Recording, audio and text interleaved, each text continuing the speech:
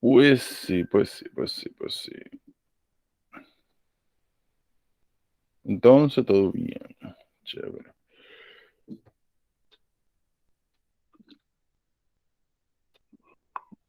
Bueno, la semana pasada nosotros lo que vimos fue la introducción general de fármaco.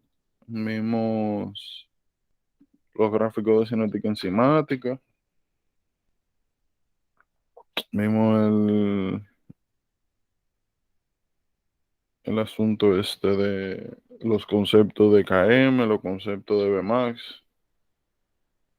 Vimos cómo se aplican a fármacos. Luego hablamos de potencia, luego hablamos de eficiencia, no, eficacia realmente. Aplicamos los conceptos de cinética enzimática directamente al fármaco. Ahora, vimos también los diferentes tipos de inhibiciones, que de manera general podemos dividirlo en dos, que es, bueno, que son inhibición competitiva y no competitiva. Competitiva o no competitiva. De hecho, yo puse aquí como que no. Pero es competitivo o no competitivo. Ahora, lo que nosotros vamos a ver es que hay algunos conceptos que no necesariamente se pueden aplicar directamente o que mejor dicho, que se quedan cortos cuando nosotros tratamos de extrapolar los conceptos de cinética enzimática a fármaco.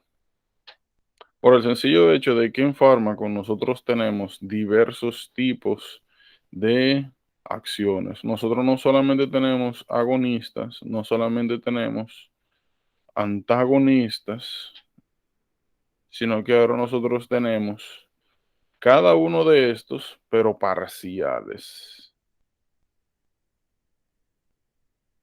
O le llaman también semiagonistas, semiantagonistas. Pero antes de entrar aquí, yo tengo una pregunta salvaje. ¿Alguien recuerda cuáles son los procesos que tienen lugar, o mejor dicho, que están relacionados al DNA? ¿Cuáles son los procesos relacionados a la utilización del DNA? ¿Cuáles son? ¿Cuáles son? Son tres.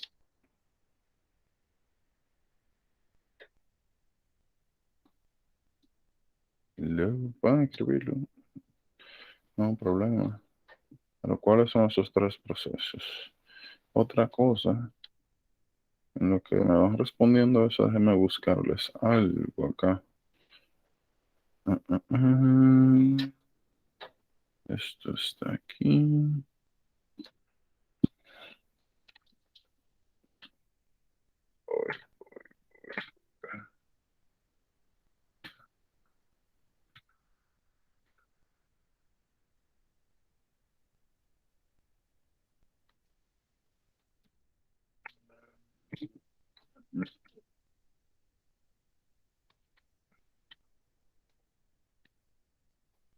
Hello, se murieron durísimo.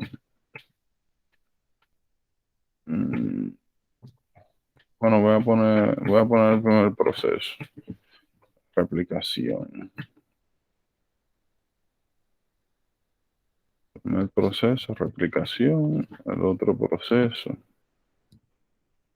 A ver, no lo encuentro, así que vamos a dejar para después.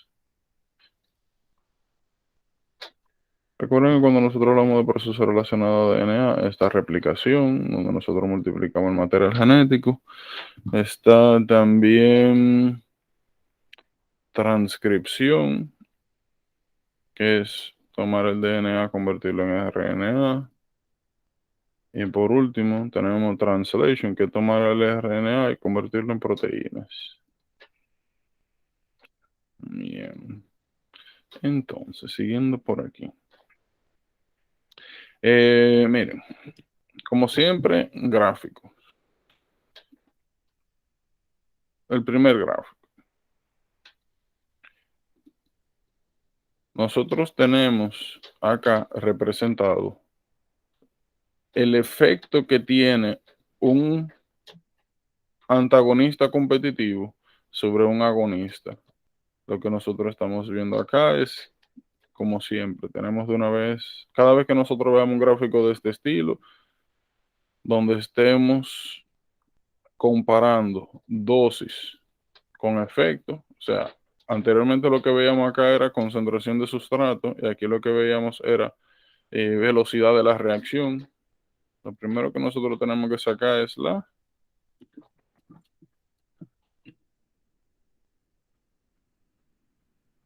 que sería una especie de Vmax, o sea, el efecto máximo. Lo segundo que tenemos que hacer es buscar nuestra, entre comillas, Km, que en este caso sería la concentración a la cual se alcanza la mitad del efecto farmacológico total. Entonces, lo que nosotros estamos viendo acá es que al mezclar un agonista, o sea, el fármaco que describe esta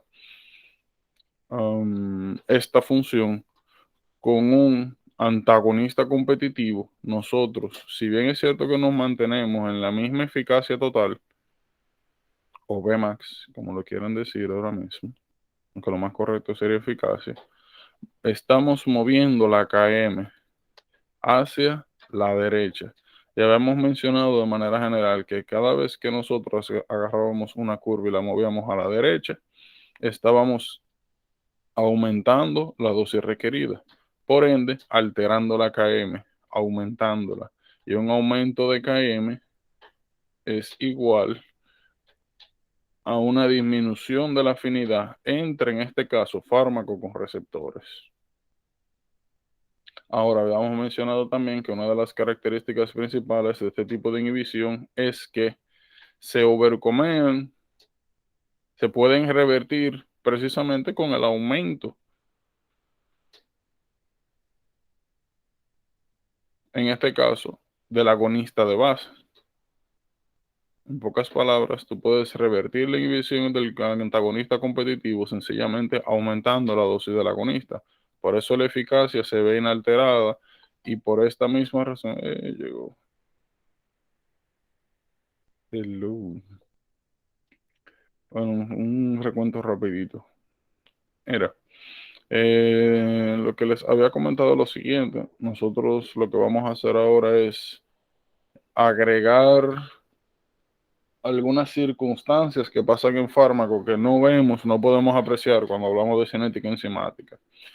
La diferencia principal es que cuando hablábamos de cinética enzimática, nosotros o lo que alterábamos era la Km o la Vmax. Aquí, cuando hablamos ya de fármacos, podemos hacer esas alteraciones, pero hay un tercer tipo que se queda corto relacionado a cinética enzimática, y es que sencillamente aquí nosotros tenemos, por decirlo así, inhibidores competitivos y no competitivos que pueden tener un efecto parcial.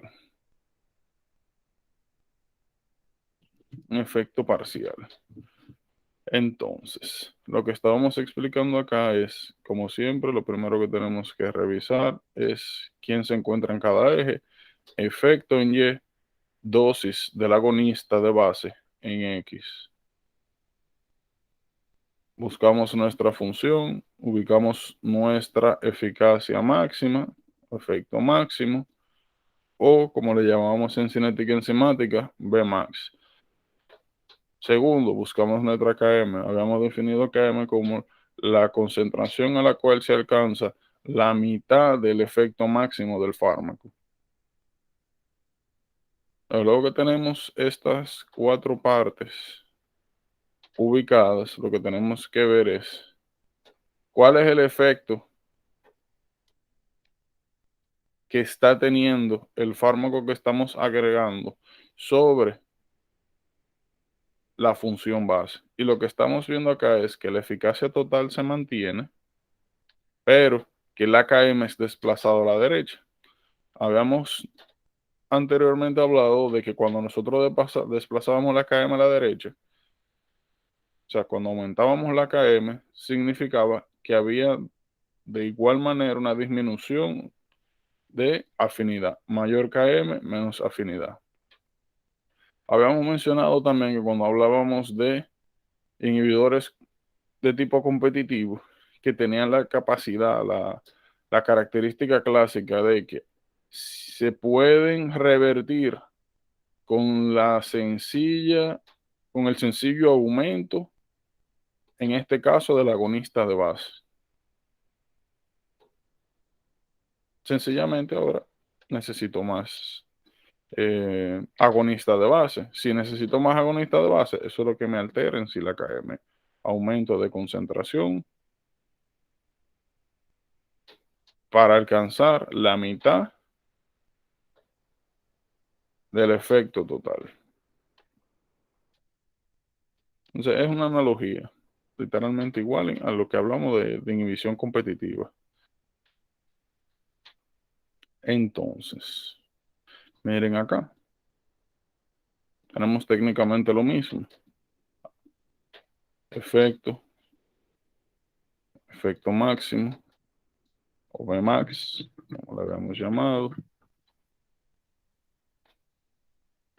Dosis del agonista. Ustedes saben, a medida que nos desplazamos a la derecha, estamos aumentando la dosis. Y lo que nosotros estamos viendo acá es que tenemos una disminución de la eficacia cuando nosotros mezclamos un agonista con un antagonista no competitivo, igual que la inhibición no competitiva. Igualito, aquí no tenemos nada nuevo. Recuerden que cuando nosotros tenemos inhibición no competitiva, la KM se mantiene igual. Si bien es cierto, aquí está representada en este punto. Bueno, realmente sería aquí. Aquí está representada en este punto y aquí, en la otra función, está representada en este punto. Ambas siguen ocurriendo a la misma dosis del agonista. Por ende, la KM es igual. Aunque los puntos estén uno más arriba que otro, siguen en el mismo plano. Siguen acá, siguen representándome la misma dosis. Por si acaso, para que no se confundan. Misma dosis, mismo mitad de efecto farmacológico. Ahora,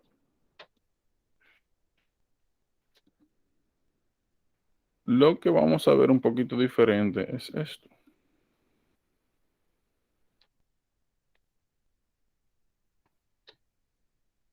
Lo que nosotros vamos a ver ahora de diferente es esto. Nosotros tenemos un nuevo concepto que es agonista parcial.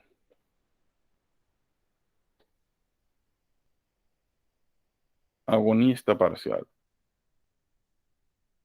Agonista parcial significa que cuando el fármaco se encuentra solo, genera, vamos a graficarlo eso, para que nos entendamos bien. Acá, un agonista parcial es esto.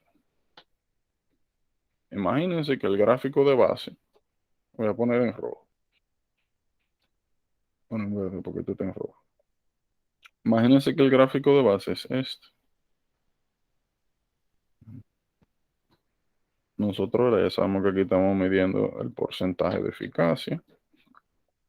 Y que aquí tenemos dosis. Solamente vamos a poner dosis porque vamos modificando sobre quién hablamos. Entonces, aquí en verde está representado el agonista parcial. Y de hecho, déjame, para que nos dé el espacio, lo voy a poner un poco más abajo. Vamos a decir que la curva que describe el agonista parcial es esta. Cuando está solo. Cuando está solo. Agonista parcial solo describe esta función. ¿Qué sucede? El agonista parcial, como su nombre dice, puede activar los receptores de determinado tejido Pero cuando nosotros comparamos el efecto máximo total del agonista versus el efecto base, vamos a decir, de la hormona que va a ese mismo tejido, cuando nosotros comparamos el efecto total máximo que tiene el agonista parcial versus el agonista puro, el efecto del agonista parcial es menor que el del puro. A eso se refiere con agonista parcial. Ahora, por si acaso, en este caso, yo estoy poniendo, vamos a decir aquí, un Petri dish y otro Petri dish. En este Petri dish yo tengo las células de interés que tienen sus receptores. Si yo pongo el agonista parcial, acá sobre ese grupo celular se describe esta curva. En este otro Petri, si yo pongo el agonista total, la curva que obtengo es la azul. Y nuevamente estoy viendo la diferencia de eficacia entre uno y otro. El agonista parcial me da una respuesta, como su nombre dice, parcial, en comparación al agonista total.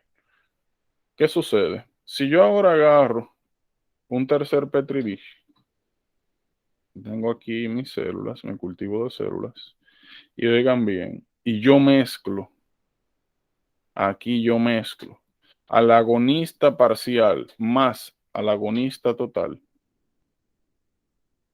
lo que se describe es, vamos a ponerlo púrpura. La función que se describe es la siguiente, es esta.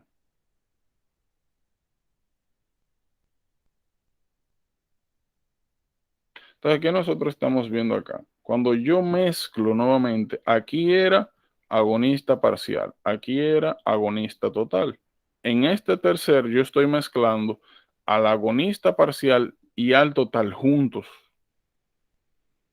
Separado, separado, juntos. Entonces, lo que yo estoy pudiendo apreciar acá es que hay algunos cambios. El primer cambio es que el efecto farmacológico total que yo obtengo es un intermedio entre el agonista total y el agonista parcial. Eso es lo que veo acá. Y la razón de esto es que cuando el efecto farmacológico está por arriba del gap del agonista parcial, este fármaco comienza a comportarse como un inhibidor competitivo.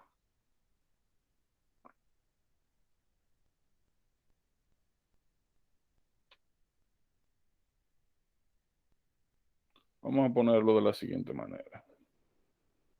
Yo tengo aquí, a poner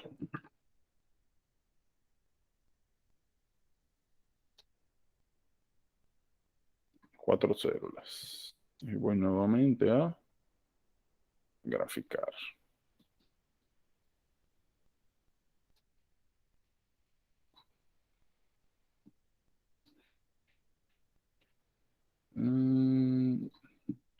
Nuevamente, vamos a poner aquí al agonista parcial. Al agonista parcial. Entonces, si yo tengo acá agonista parcial, agonista parcial, agonista parcial y agonista parcial, el efecto total es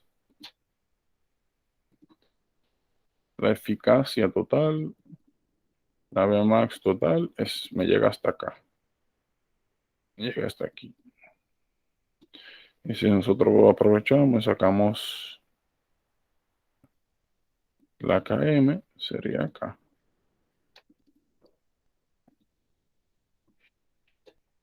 Ahora, si nosotros hacemos absolutamente lo mismo de manera separada,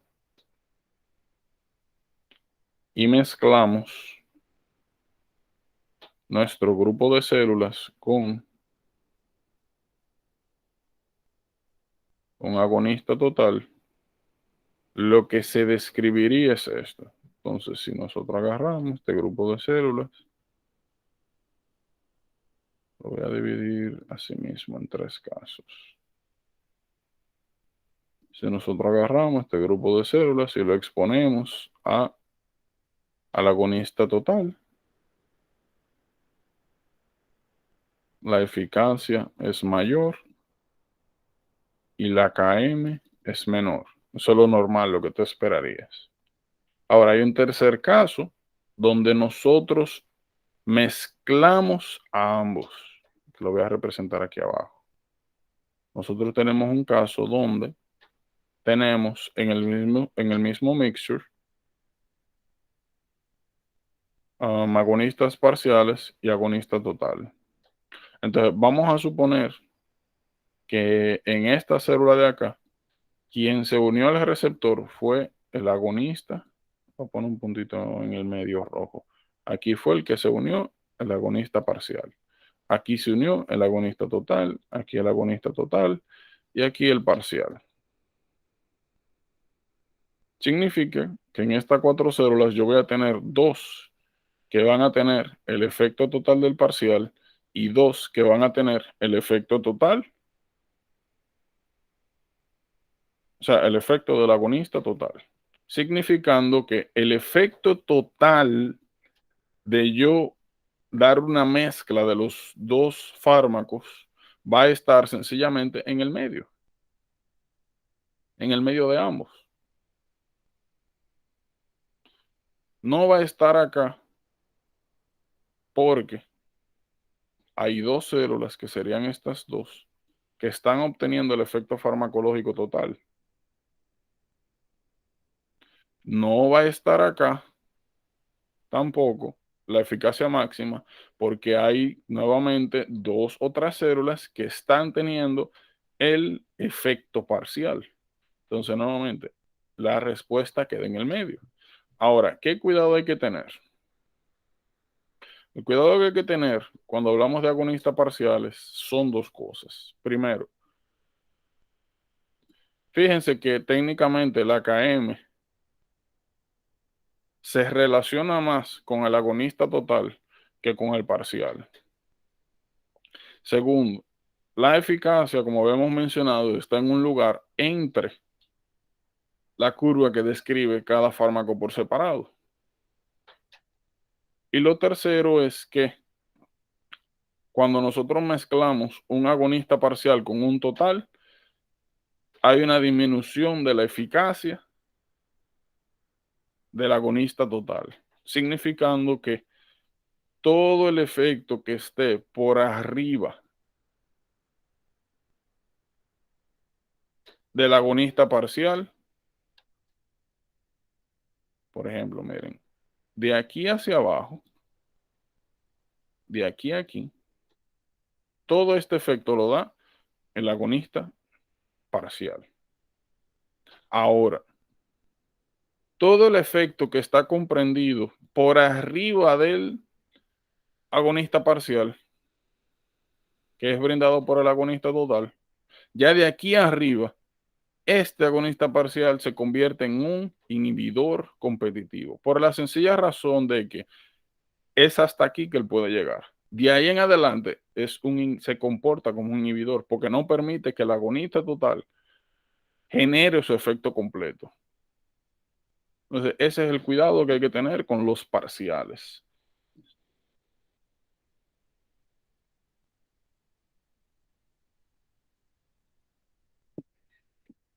Que dependiendo de la concentración del sitio y de con quién estén acompañados, pueden comportarse o como agonistas o como inhibidores competitivos.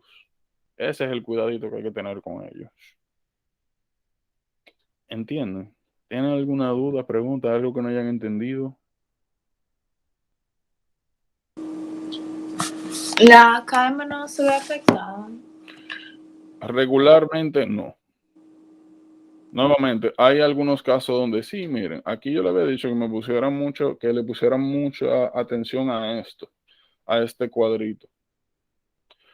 Porque, por ejemplo, miren aquí, nosotros tenemos, miren, aquí hay un error en este gráfico. Bueno, no es un error per se, sino que hay algo que falta por representar. Pero le digo, pongámosle mucha atención acá. Miren, aquí hay un pequeño errorcito, o mejor dicho, más que un error, algo que falta. Esta es la curva del agonista parcial solo. Y esto que está aquí es el agonista parcial más el agonista total. Entonces, lo que nosotros podemos apreciar acá, fíjense aquí, agonista total con agonista parcial, fíjense, la Km, o en este caso, la potencia que se describe cuando juntamos los dos es técnicamente la misma. Recuerden que aquí realmente es donde se representa esto. Miren, están en el mismo plano. Ahora, cuando nosotros tenemos el agonista parcial solo, fíjense que su eficacia es una y su Km es otra. Pero nuevamente, cuando unimos a los dos, fíjense que regularmente la Km no se ve alterada. Nuevamente, hay en algunos casos en algunas interacciones específicas donde eso puede suceder, pero la generalidad es que no se ve afectado. Que es también otra diferencia de cuando nosotros hablábamos de inhibición competitiva. En inhibición competitiva nosotros decíamos que la Km aumenta y que la Vmax no se ve afectada. Aquí nosotros estamos viendo de que la Km se queda igual. Cuando hablamos de agonista parcial más agonista total, estamos viendo que la Km se queda igual, pero que la Vmax o la eficacia está disminuida. Por eso le digo que tienen que tener mucho cuidado con cuando le hablen de parciales, de agonistas. También hay agonistas parciales donde pasa lo mismo, pero al revés, literalmente. Tienen que tener mucho cuidado porque los efectos netos son diferentes. O sea, son casos muy particulares.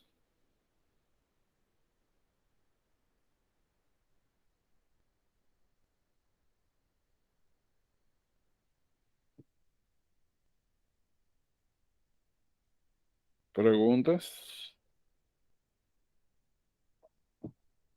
¿Dudas? ¿Entendieron acá? ¿No entendieron? ¿Quieren que lo explique de nuevo? ¿Están seguras? Abren, griten.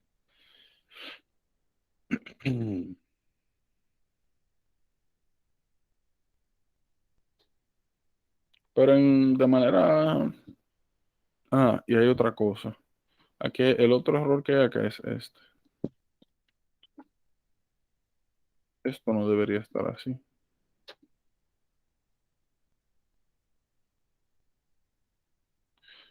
En mi opinión, esto no debería estar así.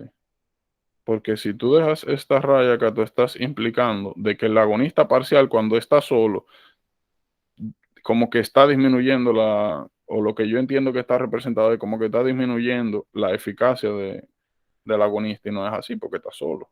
La disminución de la eficacia tú lo ves cuando juntas a ambos fármacos. Eso me parece que debería ser así. Y aquí debería estar bien representado qué es el efecto de ambos. Por eso es que también, como mencioné, aquí ustedes están viendo una diferencia de Km. Acá.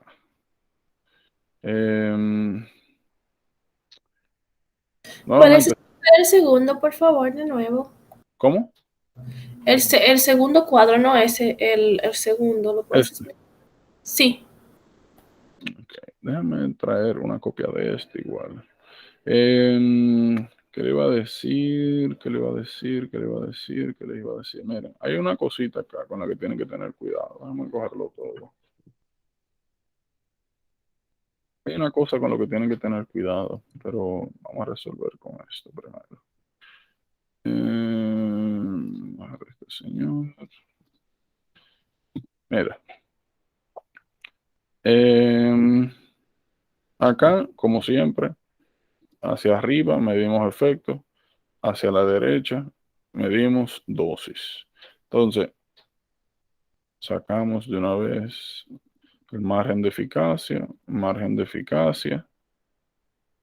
identificamos de una vez KM, identificamos de una vez KM.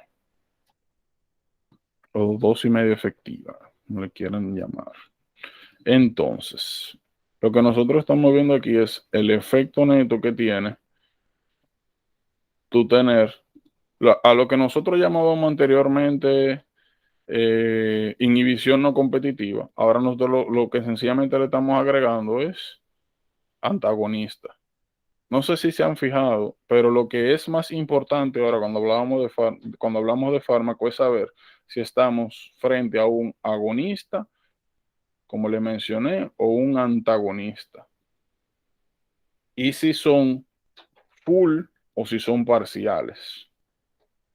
Por ejemplo, aquí nosotros tenemos de base la función de un agonista total. Siempre me gusta poner el apellido por eso mismo. Un agonista total. El agonista total te da la eficacia máxima.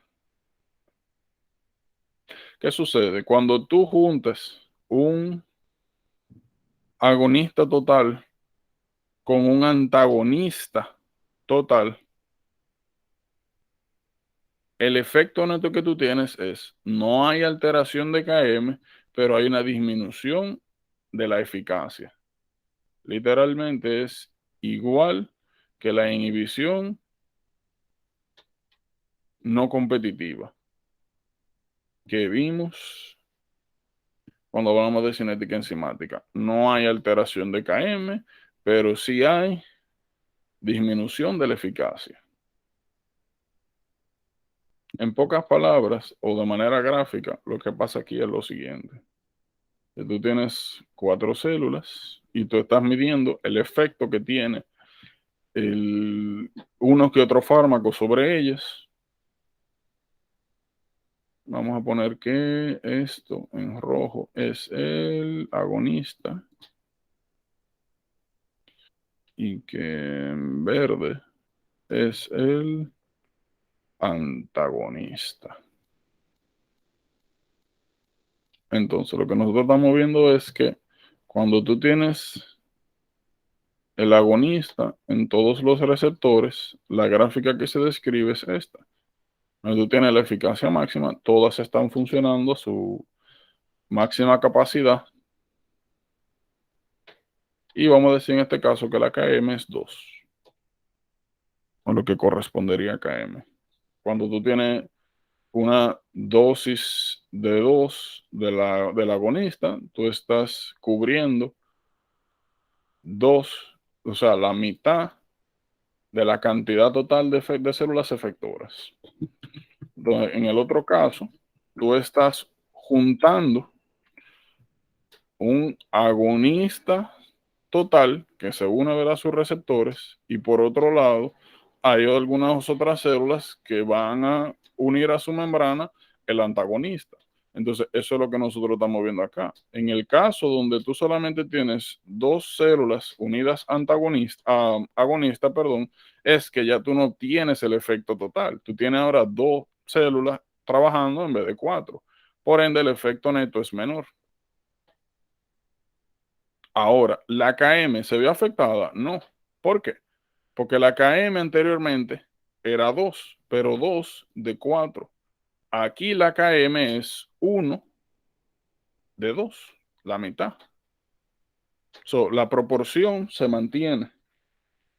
Por ende, la KM se ve inalterada. Ahora bien, como tenemos una cantidad total de células menores trabajando, por así decirlo, la eficacia, el efecto es menor. Porque cuando hablamos de eficacia no es al efecto individual de cada célula, sino en conjunto. Bien.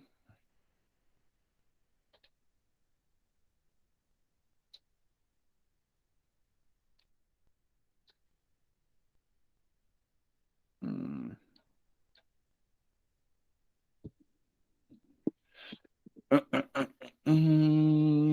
Miren, el otro cuidadito que tienen que tener acá, como les había hablado, los ejemplos ahora mismo no tienen o sea, suma utilidad para nosotros, ahora mismo no, porque no hemos visto esos fármacos. Y para su bienestar emocional, estas interacciones, lo mejor, ¿verdad? Es que cada vez que ustedes vean algún tipo de antídoto, sobre todo, tengan una idea de cuáles son sus características farmacológicas, de si es parcial, de si es total, o qué. Pero no es algo que normalmente se requiera on daily basis para el asunto del examen. Regularmente cuando le preguntan este tipo de cosas, le ponen gráficos que son bien explicativos o le suelen informar qué tipo de inhibición. Pero nuevamente, usted se puede curar en salud y sencillamente cuando vea una interacción entre un antídoto sobre todo y un fármaco de base,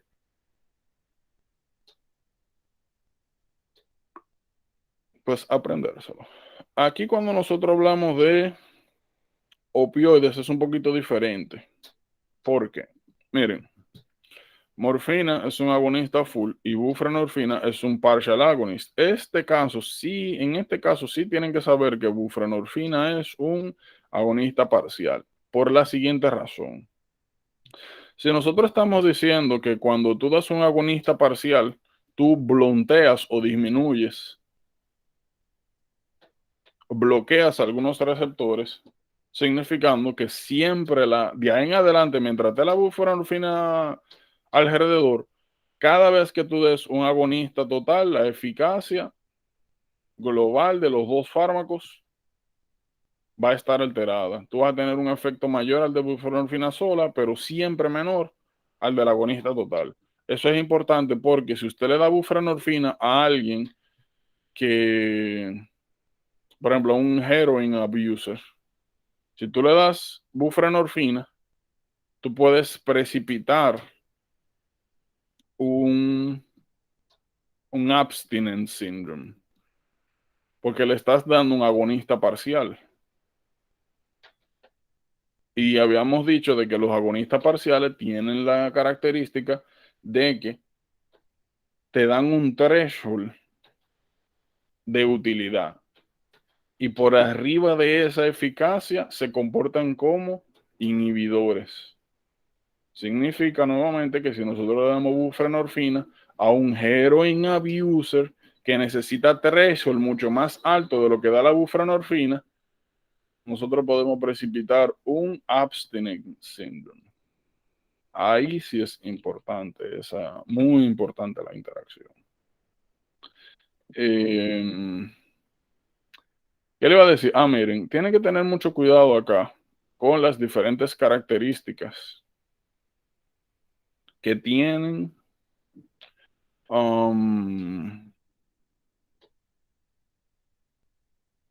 cada cual, sobre todo cuando hablamos de parciales, para que cuando salgan los gráficos no se confundan. Recuerden no confundir inhibición competitiva con agonistas parciales. Recuerden considerar el threshold.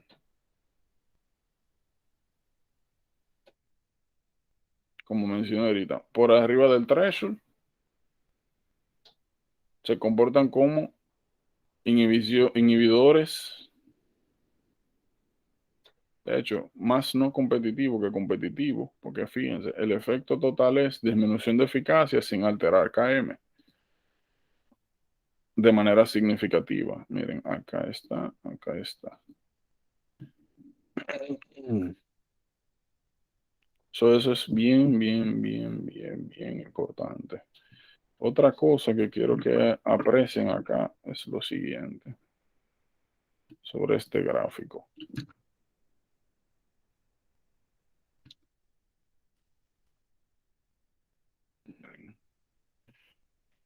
Dosis máxima, Km.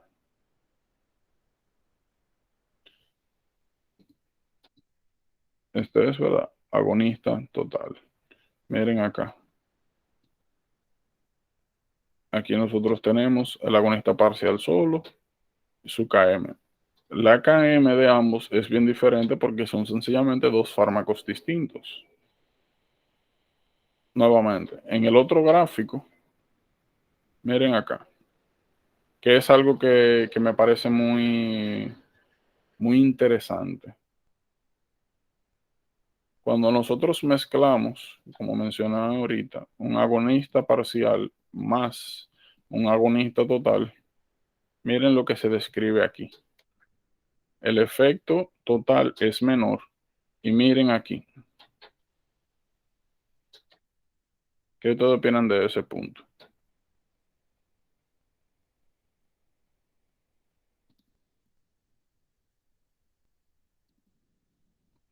¿Qué ustedes opinan de eso?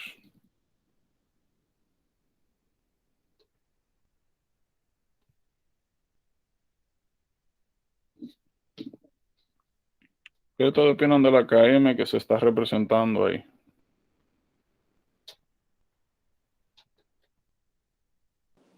Es menor, ¿Y qué significa eso?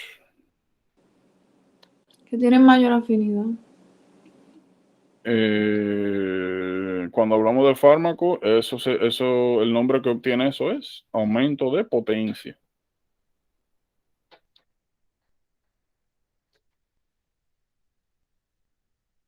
Ahora, lo interesante de esto es que cuando nosotros venimos acá, miren acá lo que dice. La potencia del agonista parcial es diferente a la de el agonista total del receptor donde va. Es sencillamente diferente. Ahora, cuando nosotros vemos el agonista parcial de base, su Km está acá. Y la Km del agonista total de base está aquí. ¿Qué significa este cambio? O mejor dicho, en caso de cambio, esta diferencia. ¿Cuál es más potente de los dos?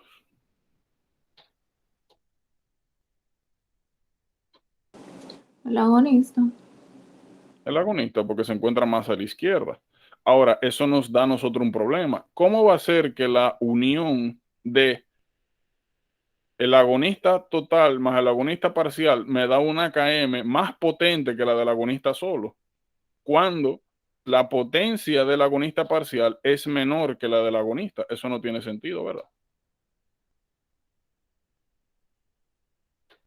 No tiene sentido, porque es un error. Esto debería ir es así. Normalmente, o sea, aquí deberían haber dos cosas. Una, o la Km está aquí con la del agonista, que es lo que normalmente pasa, y si se ve alterada, debería estar en un punto entre los dos. No. O sea, debería ser una potencia menor que la del agonista solo, pero mayor que la del agonista parcial. No una potencia mayor que la de ambas por separado, porque ya eso no tiene sentido. Y lo he revisado por si acaso. Eso no es ni siquiera de que un efecto que ocurre con dos fármacos específicos. No. O sea, esto está mal. Debería o estar aquí o lo normal que se mantenga acá. Pero lo más común es esto, que esté en el medio. Así mismo como vimos acá, la eficacia está en el medio. Aquí la KM debería estar entre los dos. No potenciando al agonista de base. Eso ya no. ¿Entendieron eso? Sí. Bien. Por eso le dije, pónganle mucha atención a esto, porque aquí hay algunas cosas. Miren, la primera. De hecho, esto no está así en el 2020, si no mal recuerdo. Parece que ellos hicieron unos cambios y se le fue la guagua ahí. Pero esto no está representado así en el 2019-2020. Déjame ver. Está bien. Eso es lo más importante de ahí. Mm, mm, mm, entonces, ¿pudieron revisar autonómico el fin de semana? ¿Qué decidieron? ¿Se sienten con las bases necesarias para darle autonómico o seguimos con el plan original? Yo digo el plan original. A mí realmente me parece lo mejor, nada más para curarnos en salud. Pero nada. Miren, ahora que ustedes van a gozar, de verdad. ¿Por qué vamos a gozar? Porque vamos a entrar a sistemas. Miren, me gustaría dejar claro algo antes de entrar a sistemas. Miren, sistemas, yo les recomiendo mucho, bastante, que si ustedes han estudiado de que en serio para esto, que hasta ahora, que de ahora en adelante comiencen a hacerlo de verdad. ¿Por qué? Sistemas, a diferencia de lo que hemos visto hasta ahora, por ejemplo, nosotros vemos bioquímica, vemos inmuno, vemos micro, vemos ahora trazas de patología, fármaco. Una característica que tienen estos temas es que si usted da bioquímica, es como eso y ya. Si usted da inmuno, es como eso y ya. Si usted da, ¿qué es lo que era? Micro, es como eso, ya sea, como que se siente mucho el paso de un tema a otro, como que son tan diferentes y como que pertenecen a universos totalmente diferentes, y aunque hay cositas que se relacionan, caen a sí mismos, como temas totalmente dispares, eh, aparentemente. Y uno pues siente bastante la transición entre un tema y otro. Es como si el enfoque global de cada uno de estos fuera totalmente diferente, y es así. Ahora, para que no cometan el siguiente error, no crea que de ahora en adelante ya eso no es algo que pueden aplicar, no es la mentalidad que tienen que tener con órganos y sistemas. La estrategia que deberían, o general, que deberían utilizar como template es lo siguiente. Uno,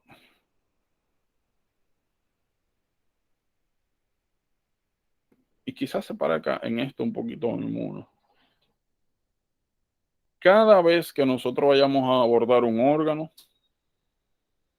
lo primero va a ser embriología. Regularmente hay muchos datos embriológicos y no todos son importantes. Y la gran mayoría de conceptos embriológicos son cosas que hay que saber y ya, o sea, botellita Pérez. Ahora, regularmente las consideraciones más importantes embriológicas son las que repercuten en malformaciones congénitas, sobre todo posteriormente, o están asociados a enfermedades donde hay agénesis de algún órgano.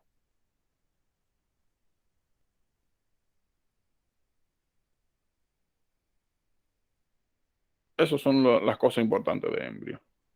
Luego,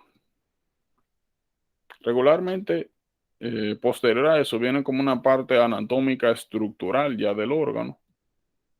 Es importante que conozcan bien dónde está el órgano, o sea, cuál es su situación, las consideraciones funcionales que tengan. Vamos a ver ahora con cardio. Posterior a eso, ¿cuáles son las características primordiales, funcionales de ese órgano? ¿Qué hace? ¿Cuáles son sus respuestas adaptativas? ¿Cuáles peculiaridades tiene este órgano?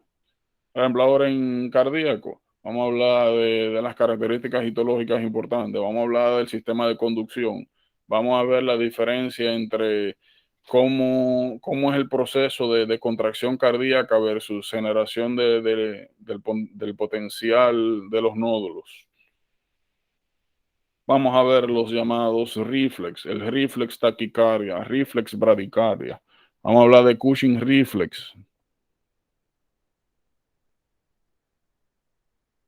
Y por último, y posiblemente lo más importante, es establecer una línea entre cuál es la relación que existe ese órgano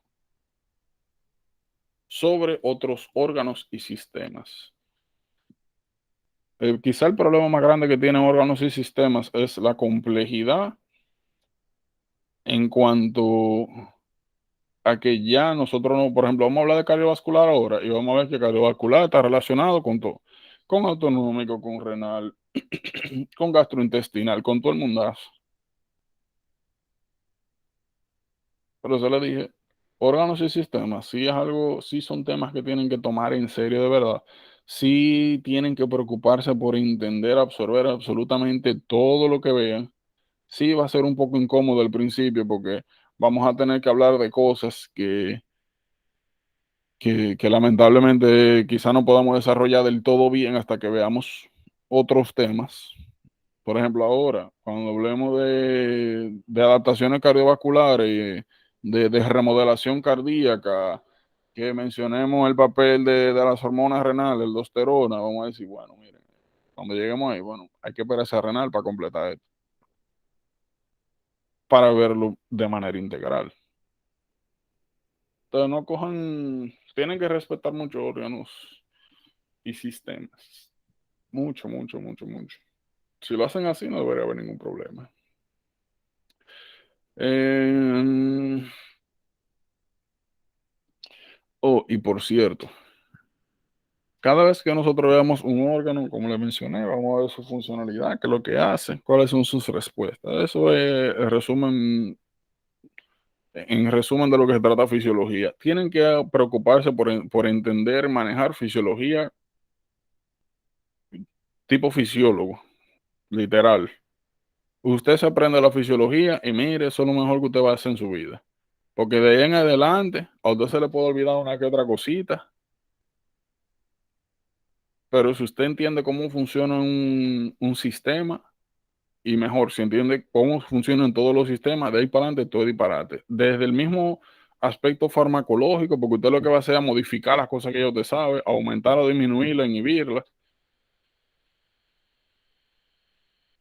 Fisiología es todo.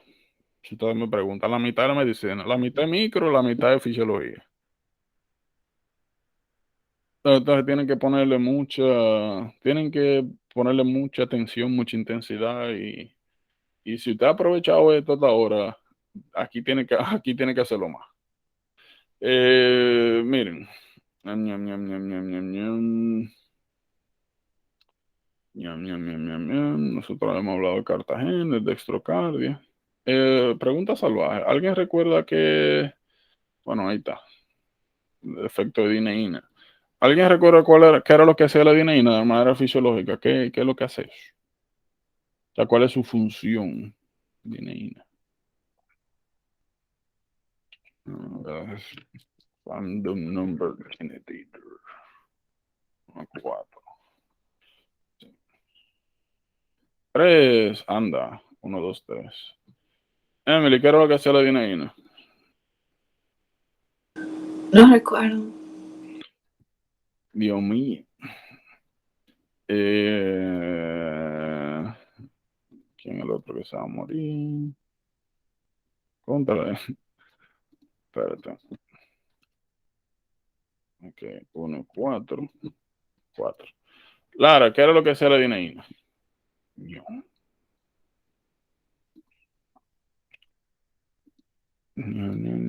Recuerden que dineína era una proteína.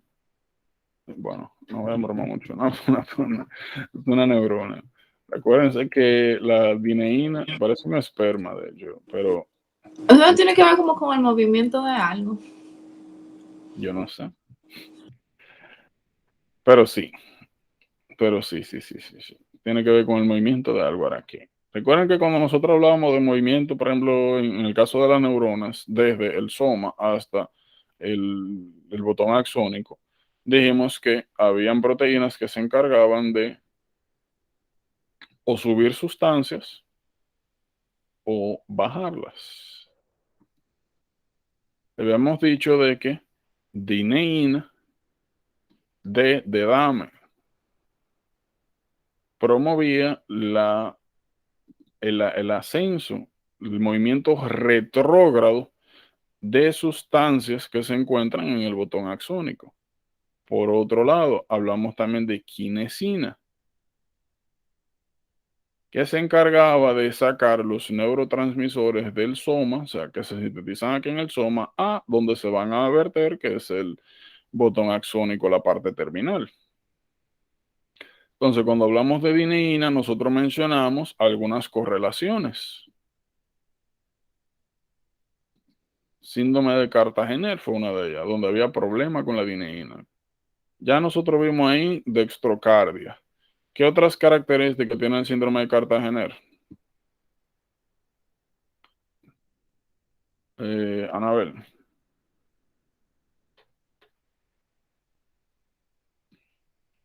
síndrome de Cartagener.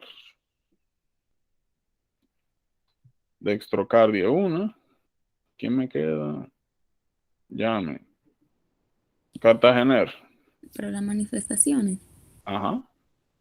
eh, oh, la subfertilidad en mujeres, la infertilidad en hombres, Su citis, fertilidad en mujeres, infertilidad en hombres. citis Ajá. inversa. Dextrocardia, ajá. Y si Algo podemos más. agregar ahí situs inversus. ¿Qué más? Eh, problemas respiratorios. Infecciones. Infecciones respiratorias recurrentes, bronquiectasia. ¿Te recuerdas cuál era la causa de infertilidad en hombres? Eh, O sea, ¿qué era no lo que era, causaba? no era la falda, no, esa es la otra. ¿Qué era lo que te iba a decir? De la que me acuerdo de la enfermedad de cystic fibrosis, pero no me acuerdo de Ok. Cartagena. Entonces, ¿qué era lo que te iba a decir de cystic fibrosis? Que faltaban los VAS diferentes. Ajá. Esa era la causa de infertilidad en cystic fibrosis. Aquí es que dineína es una proteína mótil y es lo que le permite la motilidad al espermatozoide. Al espermatozoide. En la mujer, ¿qué otra cosa pasaba referente a sexualidad? Subfertilidad y aumento del riesgo de embarazos ectópicos. Recuerdan que habíamos dicho que la fecundación pasaba en la ampula y que posteriormente a través de la trompa de Falopio ven unos cilios que llevaban ese óvulo hasta la pared posterior del útero. Y que cuando no teníamos esos cilios, esa dineína funcional, aumentaba el riesgo de embarazo ectópico.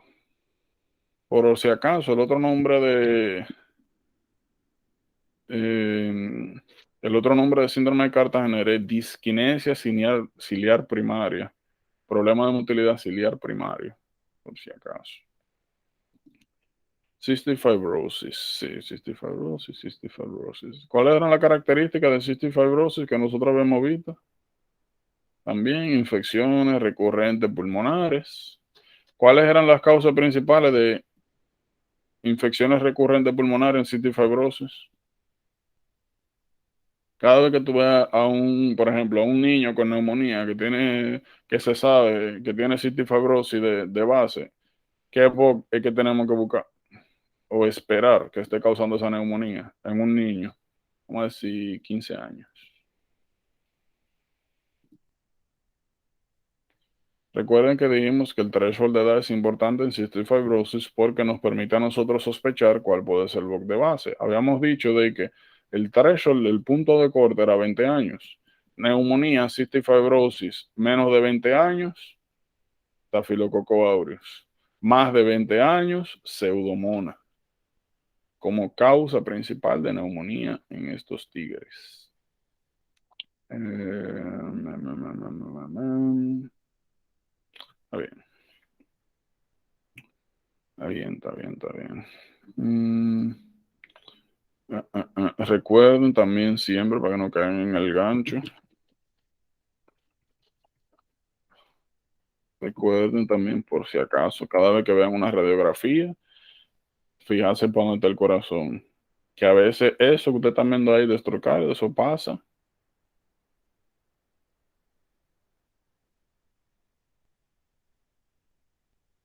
desapercibido. Desapercibido. Me ha pasado. Bueno, me pasó. Miren, acá en la parte de, como le había mencionado, déjenme traer esto para acá.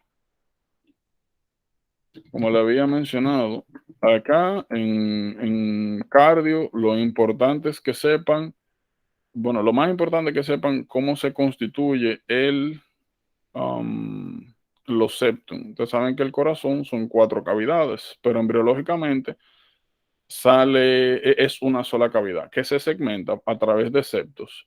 Tiene que saber que el septum interatrial está formado por 2 componentes.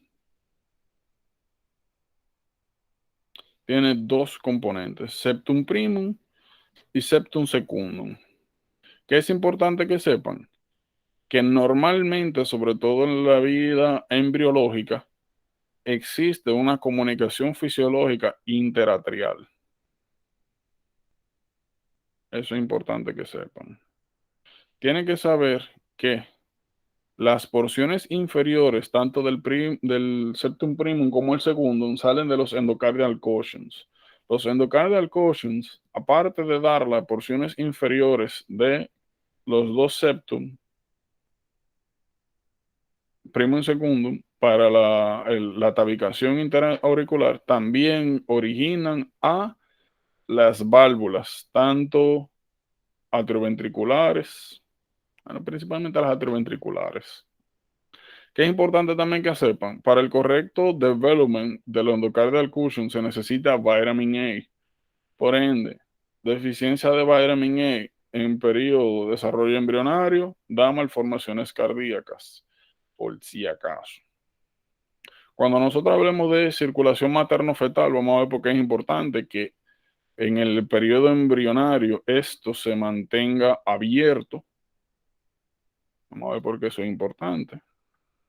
Mientras tanto, lo que me interesa que sepan es que normalmente hay una comunicación embrionaria interatrial importante y fisiológica.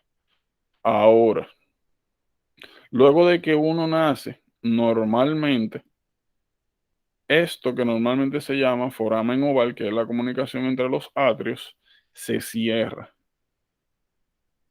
Ahora, como todo en la vida, puede suceder de que un niño nazca y se mantenga el patency del foramen oval. Se mantenga abierto, patente. Atrial septal defect o comunicación interatrial es bien importante porque un poquito más adelante nosotros vamos a ver esto. Atrial septal defect, nosotros lo debemos sospechar cada vez que nosotros veamos 2 hallazgos. Uno es fixed splitting. No se preocupen que vamos a llegar ahí. Cada vez que ustedes vean que le digan que hay fixed split de los sonidos cardíacos, tienen que sospechar en atrial septal defect. Segundo, hay una condición que también vamos a hablar un poquito más adelante, que se llama tromboembolismo paradójico. Tromboembolismo paradójico es lo siguiente. Una de las causas más frecuentes de pulmonary embolism, embolismo pulmonar, es DVT o venosa y trombosa profunda. Nosotros vamos a ver un poquito más adelante también que en DVT lo que nosotros tenemos es...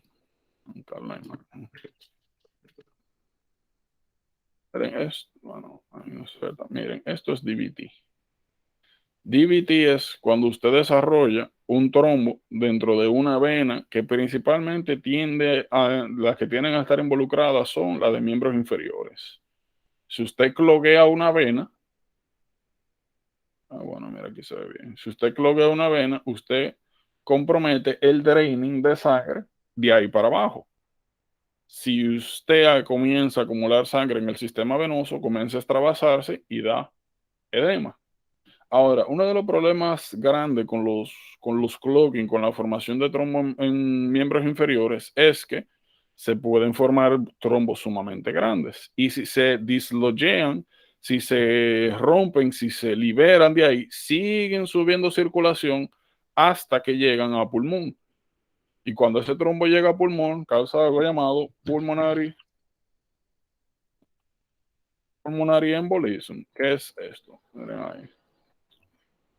Es literalmente un trombo. Mírenlo acá. Es un trombo que llega a pulmón. Usualmente tapa un lado por ahí. Entonces, ¿por qué yo estoy hablando de eso? Ahora, atrial septal defect, usted tiene que sospecharlo cada vez que usted ve a alguien con DVT y posteriormente desarrolle stroke. Eso es lo que le llaman tromboembolismo paradójico. Lo normal es que si viene un trombo de miembro inferior, pase acá a aurícula derecha, pase a ventrículo derecho y después se vaya al sistema pulmonar y se quede por ahí, circulación menor, y cause su pulmonaria embolismo.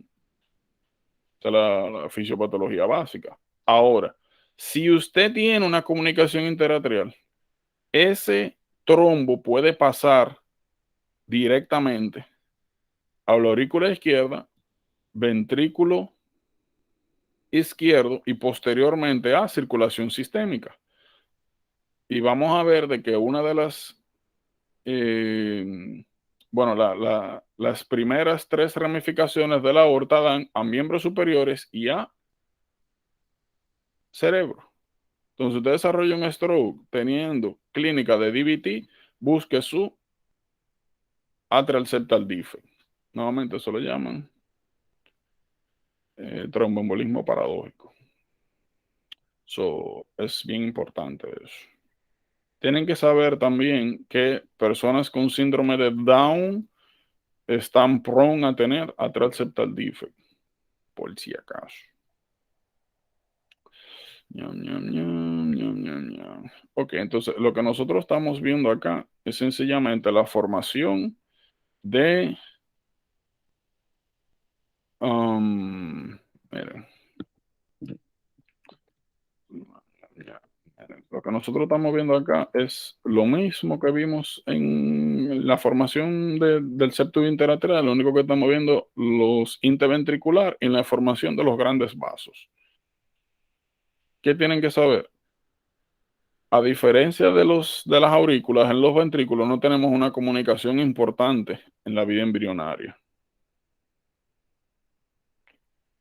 ¿Qué es importante que sepan? Miren, acá tenemos ventrículos, tenemos septum. El septum ventricular, interventricular, se divide en dos porciones, una porción muscular y posteriormente una porción membranosa, que es la que termina de conectar. De hecho, miren, este es parte del origen. Fíjense que aquí también de la salida de ambos ventrículos se desarrolla secundariamente el septum aórtico pulmonar, que es lo que posteriormente va a dar origen a aquí la salida, ¿verdad? La arteria aorta y aquí la arteria pulmonar. Fíjense que aquí hay un proceso llamado spiraling, donde posterior a la formación de un tabique membranoso, estas estructuras giran sobre su eje y separan cada uno de los tabiques membranosos que darán origen posteriormente a la ubicación fisiológica de aorta saliendo del ventrículo izquierdo y de arteria pulmonar saliendo del ventrículo derecho. Eso es importante porque un poquito más adelante vamos a hablar de una patología llamada eh, transposición de grandes vasos, Great Vessel Transposition. Y también vamos a hablar de tronco arterioso. Tronco arterioso, bueno, transposición de grande vaso, el nombre lo dice, no hay un correcto espiraling de las estructuras y por aquí del ventrículo derecho va a salir la aorta y por aquí va a salir del ventrículo izquierdo lo contrario, la arteria pulmonar. Y hay nuevamente otra malformación que se llama tronco arterioso, donde el septum sencillamente no se forma. Fíjense, transposición, problema con el espiraling. Tronco arterioso, problemas con la formación del septum. Entonces, lo que nosotros vamos a tener en tronco arterioso es que va a salir una gran arteria de los dos ventrículos.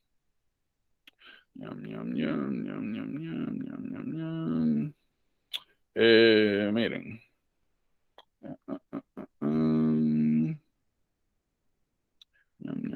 Hay otras malformaciones acá, pero que la vamos viendo a medida que avancemos. Miren, esto que está aquí.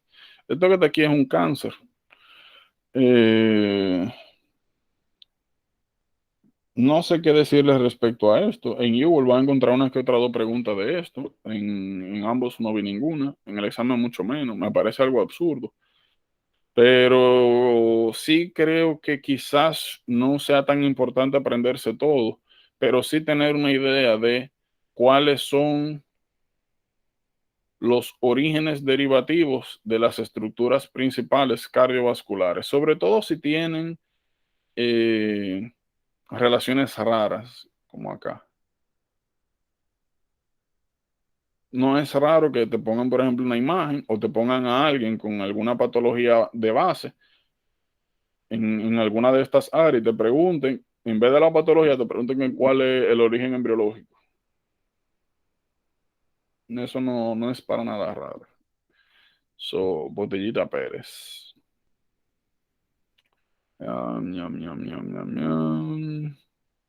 Esto realmente no es tan importante. A ver, no. Si ustedes me preguntan, esto no es importante. No es importante, no es importante. Esto es extremadamente high. Esto sí es importante. Es muy, muy, muy importante. Déjenme verificar. Miren, de aquí. O sea, cuando me refiero a importante, que yo no tengo más que decirle más de lo que ustedes ven acá. ¿Qué cuidado sí tienen que tener? Saber que la formación de los componentes cardíacos comienza en los 22 días y terminan a los 50. Eso sí es importante. Tienen que saber que inicialmente el primordio cardíaco es un tubo, como ven acá, que va girando sobre su eje y va ubicando anatómicamente cada uno de estos segmentos. Y de aquí, lo más importante que tienen que saber es sencillamente de dónde viene cada porción cardíaca, que fue lo que le mencioné acá. No es raro que le pongan, por ejemplo, de que mitral stenosis y le preguntan de qué estructura cardíaca deriva la válvula que está dañada. Ah, de los endocardial cushions. O mira que tenemos un problema, como hablamos ahorita, de atrial septal defect. ¿Quién está relacionado a esto? Ah, endocardial cushion también. Ah, mira, ¿cuál es el primordio vascular de las cavas? Ah, las venas cardinales. Eso es lo más que le pueden preguntar aquí. Eso son preguntas bien, bien straightforward. Fetal circulation, esto sí, esto sí, esto sí, esto sí. Miren,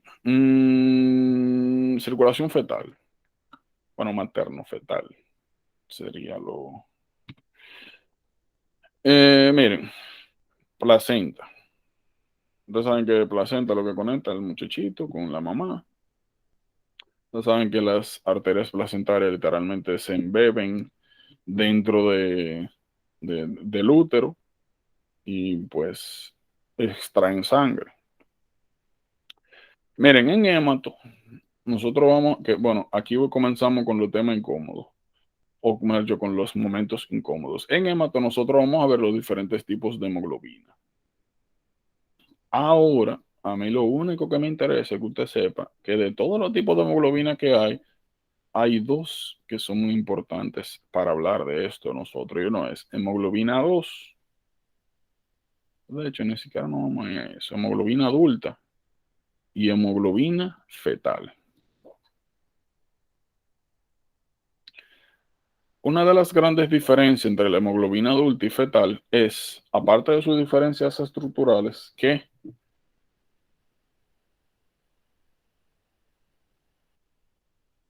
la hemoglobina fetal tiene más afinidad por el oxígeno que la hemoglobina adulta. Y vamos a hacer algo muy interesante con esto. Yo necesito que ustedes ahora agarren, oigan bien, un papel, un lapicero y me representen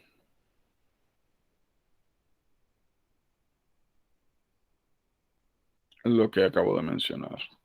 De que la hemoglobina fetal tiene mayor afinidad al oxígeno que la hemoglobina adulta. ¿Cómo ustedes representarían eso gráficamente? Papel y lápiz. Pueden mandar la foto al grupo. Tienen, voy a poner un timer. Tienen 2 minutos para eso. A ver. Ya, 2 minutos. ¿Qué es lo que van a representar? Repito. Vamos a escribirlo acá. Gráficamente.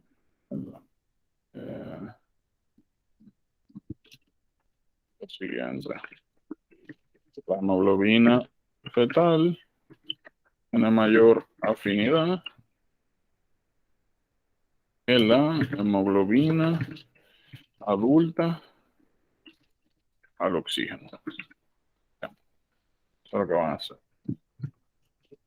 Representa gráficamente. Voy a reiniciar el timer. 2 minutos. Anda para allá. Y la foto la mandan al grupo. ¿Cómo lo van a, o sea, qué tipo de gráfico? Bueno, nosotros hemos hablado de afinidad recientemente, ¿verdad? Con esos gráficos.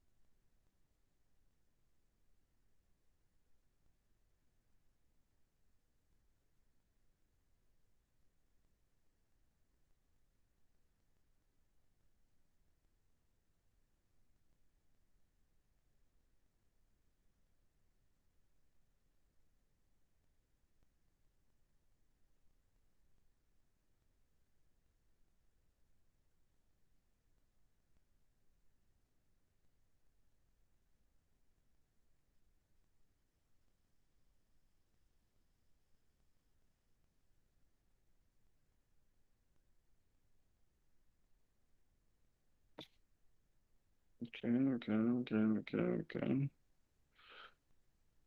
Ah, muy bien, está bien. Ok, sí, así mismo. Vamos a ver un poquito también en Yamato, un poquito más adelante, cuáles diferencias hay entre los diferentes tipos de curvas, pero en esencia sí. Bien,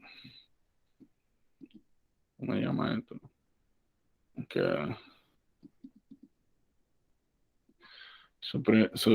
¿cómo dicen? Su primera estrellita de participación. Entonces, miren, es importante reconocer, bueno, la razón por la cual la hemoglobina fetal tiene que tener más afinidad, es importante que tenga más afinidad que la adulta. Bueno, para usted jalar el oxígeno de la sangre, de la circulación de la madre, pues usted tiene que tener algo que jale, que agarre con más fuerza el oxígeno. So, es importante conocer ese detalle. Las cosas se mueven a favor de gradiente o se mueven por afinidad, de un sitio donde hay menor afinidad a mayor afinidad y viceversa. Entonces, como la hemoglobina de la madre tiene menos afinidad que la hemoglobina fetal, pues el flow natural es pasar el oxígeno de menor afinidad a mayor afinidad. Había hay una imagen por ahí que se ve así, donde está pues el cordón umbilical y hay una arteria grande y dos venas umbilicales. Eso es lo que nosotros estamos viendo aquí. Eso es lo primero. Ahora, fíjense lo que yo representé. Yo puse un gran vaso rojo. Me pasó como pasa con la arteria, con la arteria pulmonar, que es una arteria, pero se pone, como lleva sangre desoxigenada, se pone de otro color, entonces uno lo confunde por el color. Realmente es una vena y dos arterias. Fíjense el color, eso es a lo que me refería. Fíjense el color. Al igual que, como mencioné, como pasa con la arteria pulmonar, aquí no deben de llevarse de los colores para saber si estamos hablando de arteria y vena. So, tienen que conocer el pathway fisiológico. Aquí nosotros estamos viendo que la vena umbilical es quien trae la sangre oxigenada. Oxigenada. Entonces, lo que nosotros estamos viendo acá es que a medida que entra la sangre oxigenada a través de la vena umbilical, pasa lo siguiente. Al esta llegar justamente antes de entrar al tejido hepático, hay algo acá que es el ducto venoso. El ducto venoso es el primer de los tres shunts fisiológicos que ocurren en la vida embrionaria.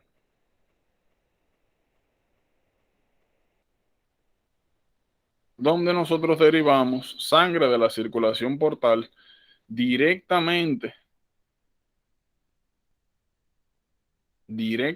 hacia el sistema de las cavas. Realmente sacamos sangre nuevamente, o sea, tratamos de evitar de llevar sangre al sistema portal. Esto es importante para evitar, porque regularmente, miren, hay dos tejidos que tienen algunas adaptaciones que difieren bastante en el periodo embrionario al periodo ya postembrionario. Y son hígado y pulmones. Los pulmones, como vamos a ver, no es... Hay que evitar que en el periodo embrionario reciban mucho aporte sanguíneo, sobre todo los pulmones, porque pueden encharcarse de sangre. Y como no se está respirando ¿verdad? Por tener el líquido amniótico alrededor, al esto no expandirse, si usted lo inunda de sangre y no está ocurriendo ningún tipo de funcionalidad de intercambio gaseoso, pues usted puede arriesgar a hipervascularizar a encharcar los pulmones y secundariamente desarrollar hipoplasia del órgano. Algo así pasa con el sistema de irrigación hepático. Regularmente en el periodo embrionario no es factible, es deleterio tener el aporte sanguíneo adulto en este periodo. Y regularmente también acá la resistencia de los vasos intrahepáticos tiende a ser mucho mayor que la de vida adulta. ¿Por qué hay que desviar sangre de estos tejidos? Sobre todo donde se puede desarrollar una alta resistencia vascular. No me preocupen, cuando hablemos de vasos sanguíneos, cuando hablemos de diferencia de presión, de resistencia, de las adaptaciones vasculares que suceden cuando eso está ocurriendo, sobre todo de manera crónica, vamos a entender un poquito mejor. Mientras tanto, hay que evitar la circulación masiva excesiva al pulmón y a hígado. Como ven acá, porta, que es técnicamente donde drena el tracto gastrointestinal. Se supone que por aquí, ¿verdad? Viene la mesentérica, viene la esplénica, forman la porta. Eso es lo que da principalmente la mayor parte de la irrigación hepática en el periodo embrionario. Una poca partecita viene acá del umbilical vein, pero como ven, la gran mayoría del aporte sanguíneo placentario se shuntea a través del ducto venoso hacia el sistema de las cavas. ¿Qué sucede? Posterior a la cava, sobre todo la inferior, llega a aurícula derecha. Como mencionamos ahorita, nosotros debemos evitar el encharcamiento del sistema pulmonar. Por ende, la mayor parte de la sangre que llega a la aurícula derecha pasa a través del foramen oval hacia el corazón izquierdo y posteriormente circulación sistémica. ¿Qué sucede? No toda la sangre pasa a través del foramen oval. Hay una pequeña parte que se liquea al sistema pulmonar. ¿Qué sucede? Para evitar y asegurarnos de que la sangre que se liquea al lecho pulmonar no cause los problemas que mencionamos, existe el ducto arterioso que, como ven acá, conecta regularmente la aorta descendente con las arterias pulmonares. Y esto lo que causa es, como mencioné, que la sangre que se liquea acá, que en vez de pasar a través del el foramen oval, se liquea hacia el sistema pulmonar, en vez de irse a los pulmones, pues sencillamente siga hacia el sistema aórtico. Nuevamente, esto es para evitar que llegue un exceso de sangre a los pulmones en vía embrionaria. Como vimos, hay 3 shunts fisiológicos que permiten evitar irrigar de manera excesiva a los órganos que no están preparados para recibir grandes loads de sangre en periodo embrionario y evitar nuevamente problemas con el desarrollo del parénquima de estos dos órganos, repito, principalmente hígado y pulmón. ¿Qué es importante que sepan? Aparte de esto, miren acá, cada una de estas estructuras solamente tiene utilidad en vida embriológica. Por ende, posterior al nacimiento, estos shunts se cortan, se interrumpen. Como estamos viendo acá, cada uno de estas áreas genera posteriormente derivativos fetales. Es importante que sepan cuáles son los derivativos postnatales relacionados a la función que tenían en la vida fetal. ¿Por qué? Por ejemplo, vamos a poner aquí filamentos venosos. No es raro, no es raro que a usted le pongan una, vamos a ver si aquí se ve bien, miren acá, ligamento venoso. No es raro, no es uno donde se ve un poquito. Ah, mira, el ligamento teres también. No lo veo. Bueno, vamos a utilizar este. No es raro que le pongan a ustedes una imagen donde le señalen el ligamento y le pregunten que cuál era la función embrionaria de este elemento vascular. Te decían, ese era el que shunteaba la sangre, que venía a través de del sistema umbilical, era el que shunteaba, el que bypassaba la sangre, que se aseguraba de vena umbilical a vena cava inferior, que no pasara exceso de sangre acá. Lo mismo pasa con el ligamento falciforme.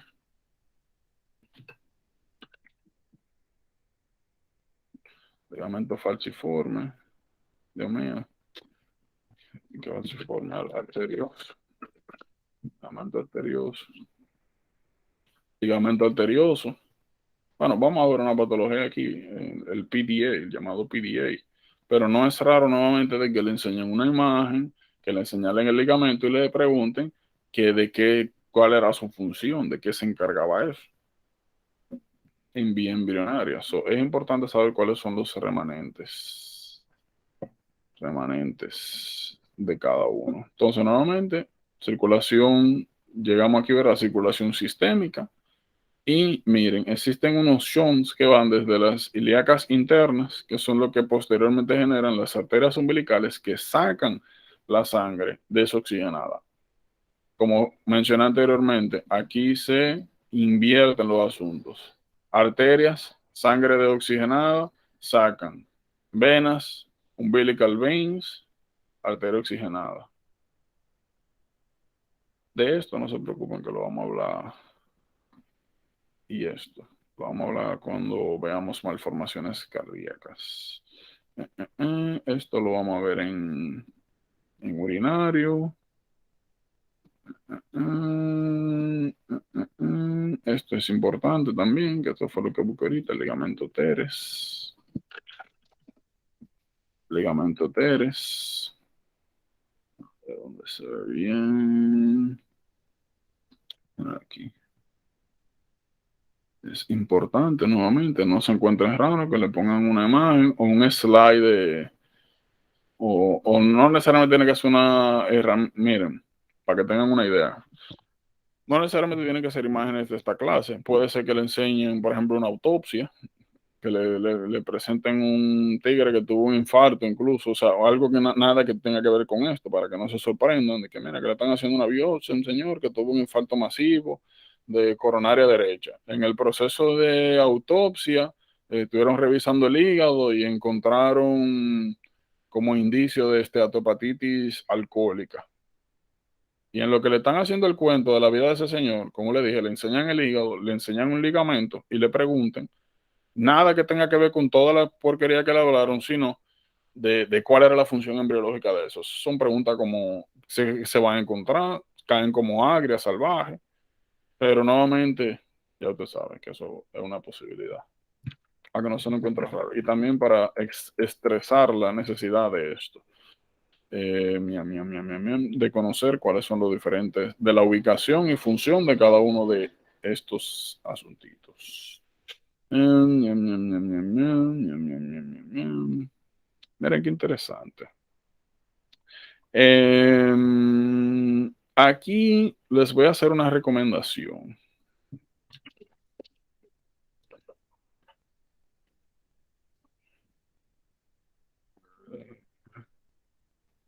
Mira acá. Ustedes están viendo eso. Miren, esa imagen que está ahí. Tienen que aprendérsela como un padre nuestro. En el examen me sale una vaina de eso. Yo nunca había visto esta porquería. La puse a chepa, fue. En algunas veces ustedes le ponen imágenes y en las imágenes no van a encontrar ningún aspecto patológico, pero sí puede ser que le pidan que identifique diferentes estructuras. La gran mayoría, como usted está viendo aquí, hay que imaginársela. O sea, es un asunto de saber en qué área, en qué posición usted encuentra cada una de estas. Como le mencioné, aquí nosotros vemos estructuras generales, pero también suelen preguntar esto, ¿dónde se encuentran cada una de las diferentes válvulas? Como me salió a mí, como me preguntaron a mí esto, a mí me pusieron fue una, y me pusieron así una imagen de lado. Y sencillamente por la ubicación, si está arriba, si está en el centro, o si está abajo delante o abajo detrás, usted tiene que saber cuál es la válvula. A mí me salió fue la mitad, y dije, bueno, yo creo que esta, la pegué durísimo. Y esto no está acá. De Horner, no se preocupen, que vamos a llegar ahí cuando hablemos de patología. Miren, estas son las capas del corazón. Es bien importante que las reconozcan porque vamos a hablar de algunas patologías, bueno, muchas patologías, donde hay alteraciones eh, donde hay que considerar algunas cosas. Lo primero, miren, así como vamos a ver en pulmonar y pleura, nosotros estamos viendo acá que en la parte más externa nosotros tenemos pericardio. El pericardio, como ustedes ven, está formado de dos piezas. Una parte fibrosa externa y una parte menos fibrosa interna que está en contacto relativamente directo con el corazón. Normalmente acá, en este espacio, hay un poco de líquido, un poco de trasudado, que se encarga pues de disminuir la fricción entre pericardio y corazón. Importante de este espacio que sepan es que cuando hay, por ejemplo, metástasis, cuando hay pericarditis, ya sea infecciosa o no infecciosa, no se preocupen que vamos a llegar ahí. A ver qué más. Lo que le llaman hemopericardio, neumopericardio. Si hubo, por ejemplo, algún estaben, alguna herida y se rompió el pátency del pericardio, o aquí adentro hubo algún tipo de ruptura o compromiso vascular y entonces se llena de sangre. Lo importante que tienen que saber aquí es que se puede acumular líquido en esta área. Y otra cosa que tienen que saber es que en el espacio pericárdico, cuando se acumula líquido, si la cantidad de líquido que se acumula es alta o sucede muy rápido, nos puede llevar a una condición que se llama taponamiento cardíaco.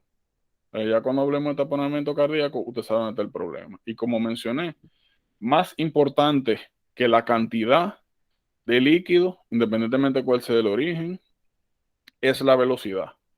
Usted puede tener mucho líquido acumulado acá y tener una función cardíaca normal, siempre y cuando esa cantidad de líquido, el líquido se haya filtrado de manera progresiva. Me explico. Usted puede tener aquí 500 mililitros y el paciente está asintomático. Y en otro paciente puede tener que haya 50 mililitros y tener clínica de cardio tampones. La diferencia básica entre uno y otro no es el tamaño del corazón, no es comorbilidad, nada de eso. Es sencillamente qué tan rápido se llenó esto. Cuando el llenado es lento, eso le permite al corazón adaptarse al espacio que tiene disponible y como es paulatino, poco a poco, pues, como le dije, ni siquiera se desarrollan síntomas. Ahora, aunque sea poco, si es rápido, taponamiento cardíaco, la famosa triada de Beck. Miren, lo otro para cuando hablemos de infarto, que tienen que entender es lo siguiente. Miren acá. En la porción más externa del corazón es donde penetran los vasos coronarios. ¿Qué significa? Que la irrigación del corazón viene desde afuera hacia adentro, significando que las áreas más cerca de la mitad hacia afuera son las que tienen mejor irrigación. Y significando también que las áreas más internas son las que reciben menos irrigación. La última porción que recibe irrigación sanguínea de las arterias coronarias es el subendocardio. El endocardio recibe irrigación directamente de la sangre que está circulando en el corazón, por si acaso. Más que nada. Significando esto que el subendocardio y el endocardio son las áreas del corazón que más propensas están a desarrollar infarto cuando hay compromiso vascular. Nuevamente, porque son sencillamente quienes están más lejos de la fuente. Eso es importante. Miren, cuando se trata de corazón, usted tiene que tener de ahora en adelante esta imagen en la cabecita. Es importante que conozcan cuáles son cada una de las arterias y las áreas que irrigan literalmente de manera tridimensional en su cabeza. ¿Por qué? Porque si usted sabe cuáles son las áreas de irrigación, con que a ustedes le muestren el área infartada, ya usted sabe qué arteria está involucrada. Y no solo eso.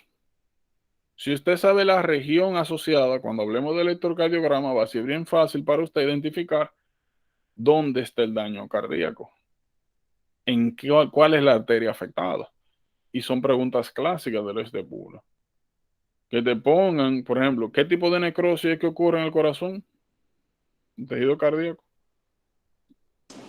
Coagulativa, ¿no? Coagulativa. ¿Qué otro tipo de necrosis? Bueno, ¿qué necrosis ocurre en infarto del sistema nervioso central? Liquefactive. Liquefactiva.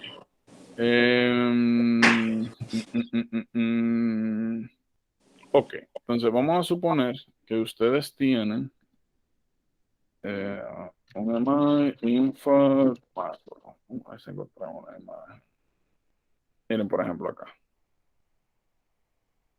No es raro que ustedes le pongan una imagen así o un corte así, o sencillamente se lo presenten completo y le pongan un área infartada y te pregunten qué tipo de necrosis es, o que te pregunten cuál fue el segmento vascular afectado. Por esa razón es bien importante saber específicamente cuáles son las arterias que irrigan de manera territorial al corazón. ¿Qué yo les recomiendo? Aparte, ¿verdad?, de sus flashcards. Personalmente lo que más me ayudó a mí fue yo poder tener la habilidad de poder sentarme, dibujar, aunque sea feísimo, uno tiene que ser bonito. No, así mismo, tú te agarras el corazón, dices, mire, esta es la cara anterior y esta es la cara posterior. Y te comienza a dividir. Desde las ramas más gruesas, o sea, desde los orígenes hasta las ramas más distales. Por si acaso, si usted se pone a buscar por ahí, usted va a encontrar muchísimas otras. Va a encontrar un reguero marginal, un reguero circunfleja. Estas son las más importantes, por lo menos para Step 1. Ya en Step 2 son un poquito más jodones con eso, pero mientras tanto. Y nuevamente, esto va a ser demasiado importante, tanto para usted cuando le salen este tipo de preguntas, como para nosotros cuando estemos hablando de electro. Ay, Dios mío, miren, aquí que ustedes van a gozar, ¿verdad? Aquí y en los loops. Aquí que ustedes van a gozar durísimo. Y aquí. Pero es muy bonito, es muy chulo. Lo bueno de acá es, como le dije, que cuando uno sale, miren, de cardio y entiende estas cosas, todas las patologías por haber y por haber que tienen involumen cardiovascular, que son casi todas, para no decir todas, son, miren, tonterías. Pero vamos a gozar nosotros esta semana. Me gustan mucho esos temas. Sobre todo ya aquí cuando entramos a fisiología. Miren, consejo del día. Ya ustedes vieron que estos conceptos son tan importantes que tuvimos, bueno, que les recomendé volarnos la parte de fármaco autonómica. Significa que estas cositas, estos conceptos son bien importantes. Usted tiene que saber qué significa cada concepto, cómo nosotros utilizamos y sacamos las fórmulas, y estas fórmulas sí desde ya, a excepción de esta no. pero las otras sí. Tienen que sí sabérselas. Fíjense que cuando estamos chequeando las fórmulas de fármaco, yo le dije, esas fórmulas de volume distribution, esa sí la va a utilizar, pero la gran mayoría de las otras no, que era más un asunto conceptual. Aquí, y le dije, y esas fórmulas, si usted quiere, espera hasta cerca del examen y se la aprende. Esto, como tienen un involvement directamente fisiológico, por ejemplo, miren, aquí, nosotros lo que vamos a estar hablando es de end systolic volume, end diastolic volume, de stroke volume. Como nosotros vamos a estar constantemente utilizando estos conceptos, esta nomenclatura, sí es importante que sepan cuáles son estas fórmulas desde ya. Sí es bien importante para entender bien cardio. Pues como le dije, sobre todo cuando lleguemos acá al pressure volume loop, eso es lo que vamos a hacer. Miren acá, hay muchísimos pressure volume loop y lo bueno de, como le decía de esto, es que cuando uno se lo aprende de verdad, no hay que ni siquiera embotellarse esas cosas, uno lo saca. Los char uno lo saca de la cabeza. Y nuevamente, el cardio es sumamente, extremadamente high yield, sobre todo por el vínculo que tiene con otros temas. Porque en gastrointestinal vamos a ver, en endocrino vamos a ver, en hemato vamos a ver. Onco no tanto. Músculo esquelético, pan de cada día. Neuro, ya ustedes saben. Renal, ni se diga. Y respiratorio, eso va pegado de cardio. Cardio es demasiado importante y es bonita. Bien bonita. Sobre todo cuando lleguemos acá. Así que nada, asegúrense de eso, de irse aprendiendo las fórmulas, de saber qué significa cada concepto, que mañana si yo pregunto qué es afterload, usted diga, ah, mira esto. ¿Qué es stroke volume? Ah, esto. ¿Cómo te saca el stroke volume? ¿Qué es el end diastolic volume? ¿Qué es el end systolic volume? ¿Qué es el cardiac output? ¿Qué es el mean arterial pressure? ¿Cuáles son los modificantes de cada uno? Miren aquí, split splitting, eso fue lo que le dije ahorita de la transeptal diff.